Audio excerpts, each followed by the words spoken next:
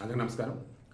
ఉదయ్ కిరణ్కి సంబంధించి విఎన్ ఆతిథ్య మనసంత నివేశ సినిమా సంబంధించి డైరెక్టర్ ఆయన ఈరోజు ఒక విషయాన్ని బయటపెట్టాడు.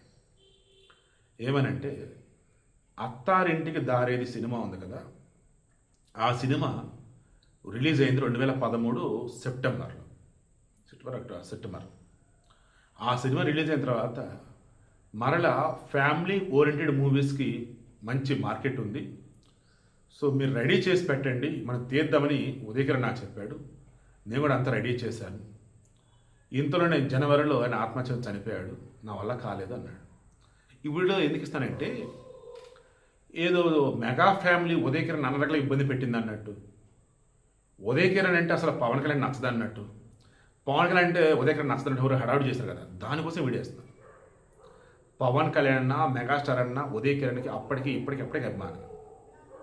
తాను లేడు కానీ తాను ఉన్నన్ని రోజులు కూడా తన కెరీర్ విషయంలో మెగా ఫ్యామిలీ ఎక్కడ ఇన్వాల్వ్ అవ్వాలి.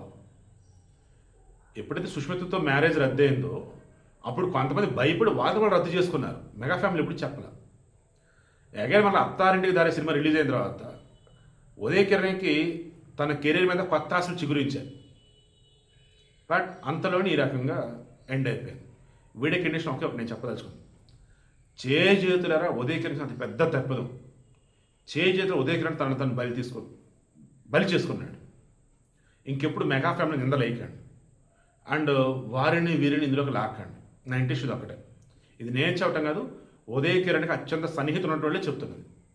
ఉదయ్ కిరణ్ యొక్క సైకలాజికల్ ఇష్యూసా, ఆయన పర్సనల్గా వచ్చిన డిప్రెషనా, ఏదైనా కానీ ఆయన పర్సనల్ థింగ్స్ వల్లే చనిపోయాడు తప్ప సినిమాల పరంగా మాత్రం కాదని నాకైతే అర్థమవుతుంది. డైరెక్టర్ విఎన్ ఆదిత్య గారు చెప్పింది కూడా అదే.